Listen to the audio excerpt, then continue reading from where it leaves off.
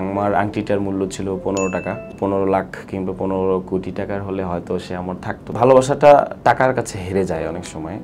এটা কি ঠিক বলেন? বেচারি সুখে সংসার করছে কানাডা, হয়তো সে আপনাকে দেখেও, আপনার ভিডিও দেখে, সে যখন এগুলো দেখবে তার কি মানে সে কি শান্তিতে বাঁচতে পারবে? যখন ঝগড়াঝাটি হয় নিশ্চয়ই আমার কথা মনে পড়ে, আর যারা বেহায়া, ছেঁচড়া, বেঈমান ওদের আসলে হয়তো মনে পড়ে না। ভাইয়া, আমি আপনার প্রাক্তন সম্পর্কে একটু জানতে চাইবো, কারণ আপনি এতবার বলেছেন যে আপনি আপনার প্রাক্তনকে কখনোই ক্ষমা করবেন না, কিন্তু কেন? হ্যাঁ, আমি 2 বছর রিলেশন ছিল, তার হাতে আমি আংটিও পরাইছিলাম। সো সে আমাকে, আমি বলেছিলাম যে তুমি আমাকে বিবাহ করতে চাও কিনা, সে বলছে হ্যাঁ বিবাহ করতে চাই। দেন তার বাবা মরে যায়, আল্লাহ তাআলা তার সমস্ত গুনাহ খাতা মাফ করে জান্নাতুল ফেরদাউস নসিব করুন, আমিন। সো ফ্যামিলিতে চাপ হয়, তার 3 বোন, বড় বোনও ওইভাবে প্রেম প্রীতি করে বিবাহ করে, তিনি ছিলেন মেজো। তো তারপরে ফ্যামিলিরও একটা মানে ব্যাড সিচুয়েশন আসে, ছেলে নাই যেহেতু ফ্যামিলিতে। তখন কানাডার এক ছেলে আর কি কানাডায় থাকে, তো তাকে হচ্ছে গিয়া বিয়ে করে ফেলে। তো আমার আংটিটার মূল্য ছিল 15 টাকা। সো ওটা 15 লাখ কিংবা 15 কোটি টাকার হলে হয়তো সে আমার থাকতো। সে আমাকে পিওর ভালোবাসছে। 14 ফেব্রুয়ারি 2018 সালে কাঁচপুর ব্রিজের নিচে বসে, চিটাগাং রোড কাঁচপুর, শীতলক্ষ্যা নদীর পাশে, ওখানে দাঁড়িয়ে আমি হচ্ছে গিয়ে তার হাতে আংটি পরাই। সে কেঁদে দেয় যে হ্যাঁ আমি তোমাকে চাই, ভালোবাসি। আসলে ভালোবাসাটা টাকার কাছে হেরে যায় অনেক সময়। সো আংটিটা পরাই আমি তাকে একটা গোলাপ ফুল দেই। সো ওটাই মনে হয় দেন মোহর ছিল। সো তারপরে হচ্ছে গিয়া মানে আমি আমি যাত্রাবাড়িতে ফোকাসে কোচিং করি ভার্সিটির জন্য। ওখানে আমরা 16 জন ছিলাম, আমি দারুণ নয়াদের স্টুডেন্ট ছিলাম।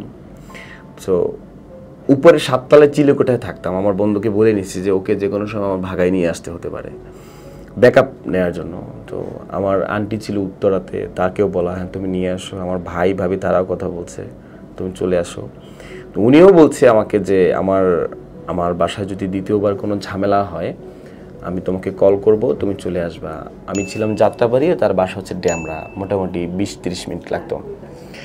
সো আমি বললাম তুমি আমাকে কল করো, আমি 30 মিনিটের মাথায় চলে আসবো, আমি তোকে নিতে প্রস্তুত। সো ওই কলটা আর আসে নাই, ওই কলটা আর উনি দেয় নাই আমাকে। উনি বরং এর আগে কয়েকদিন আগে মেসেজ করছিল যে তুমি এখনো ছোট, তোমার বড় হতে আরও সময় লাগবে। সো উনি আসলে উনি এখন কানাডা আছে যেটা আমি জানি। আমি প্রাউড ফিল করছি, কারণ আমার ভাগ্নে, আমি মানে বাবা হতে চেয়েছিলাম কিন্তু মামা হয়ে গেছি। সো ওখানে আমার রিলেটিভ এক ভাই বিবাহ করছে আর কি, তিনি বলছে যে তোমার প্রাক্তনের এভাবে ছেলে হয়েছে, উনি কানাডা চলে গেছে আরও আগে। সো ওই বাবুটার বাবা আমি হতে পারতাম। সো আমি আসলে এখন মামা হয়ে গেছি। আসলে আমি তাকে অনেক ভালোবাসি, কিন্তু কখনো ক্ষমা করবো না, এটা হচ্ছে আমার কথা। কারণ আমি তো তাকে চাইছি, সেও আমাকে চাইছে, বাট টাকা পয়সাওয়ালা ছেলেকে পেয়ে সে চলে গেছে। এই জন্য আমি বলি যে আমি আমার প্রাক্তনকে কখনো ক্ষমা করবো না। পিস্তলের গুলি অলরেডি লোডেড, শুট ডান। এমন পরিস্থিতি দাঁড়িয়েও আমি বলবো যে আমি আমার প্রাক্তনকে ক্ষমা করবো না। পৃথিবীর সকল নারী পুরুষ ক্ষমা করে দিলেও যদি কোনো একটা মানুষ বাকি থাকে, সেটা আমি, যে আমি আমার প্রাক্তনকে কখনো ক্ষমা করবো না। এটা কি ঠিক বলেন? বেচারি সুখে সংসার করছে কানাডা, হয়তো সে আপনাকে দেখেও, আপনার ভিডিও দেখে, সে যখন এগুলো দেখবে তার কি মানে সে কি শান্তিতে বাঁচতে পারবে? তার শান্তি দিয়ে তো আমার দেখার কিছু না। আমি যে শান্তি নেই, মানে তোমারে পাই নাই তাতে দুঃখ নাই, আমি যে তোমার হইয়াছি এই ভেবে সুখ পাই। সো এখন সে শান্তিতে আছে, অবশ্যই শান্তিতে আছে, জানি না কতটুকু শান্তিতে আছে।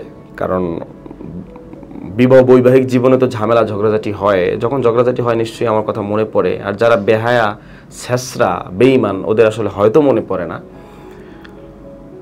সো এখন আগে যেরকম ভালোবাসতাম, এখন কেমন যেন ভালোবাসাটা কমে গেছে, যেটা সত্য কথা। আগে অনেক তুখার ভালোবাসতাম, ল্যাম্পপোস্টের নিচে একা একা কাঁদতাম, বা এখন আসলে অতটা ফিল আসে না।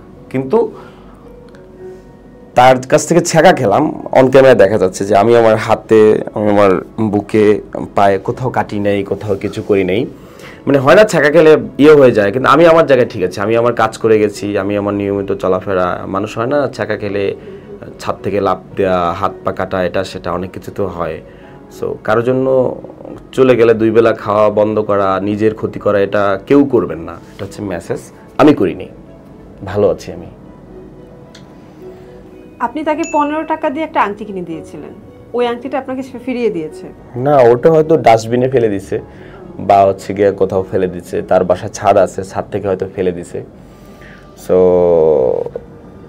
যে হাতে আমি আংটি পরিয়ে দিচ্ছি আমি আসলে ভাবি যে ওই হাতে অন্য আংটি কিভাবে পড়লো, মানে আমার আংটিটার মূল্য কম এই জন্য কি পড়তে পারলো। আমি আমি আমি তার অনুমতি নিয়ে যে তুমি আমাকে বিয়ে করতে চাইলো মেয়ের মেয়ে, সেটা বলছে হ্যাঁ, কান্না করতেছিল যে বিবাহ যদি না করতে চাই তাহলে কেন বাসায় এত স্ট্রাগল সহ্য করি।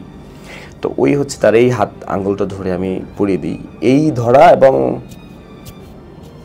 এই আমার মনে প্রথম ধরা, মানে এই হাতে আঙ্গুল ধরা। এর বাইরে অন্যদিকে যাওয়ার কোনো সুযোগ তৈরি হয় নাই, করিও নেই, চাওয়া পাওয়া ছিল না, বিকজ আমি তো কিছুদিন পর তাকে বিয়েই করব না। এর বাইরে কোনো ধরাধরি, ছোঁয়াছুঁই, ইমোশন, প্রেম, ভালোবাসা, আকর্ষণ কিচ্ছু হয় না। আমি জাস্ট ওই বিকেলবেলা এই আঙ্গুলটা একটু ধরে এই আংটি পরে দিয়েছিলাম।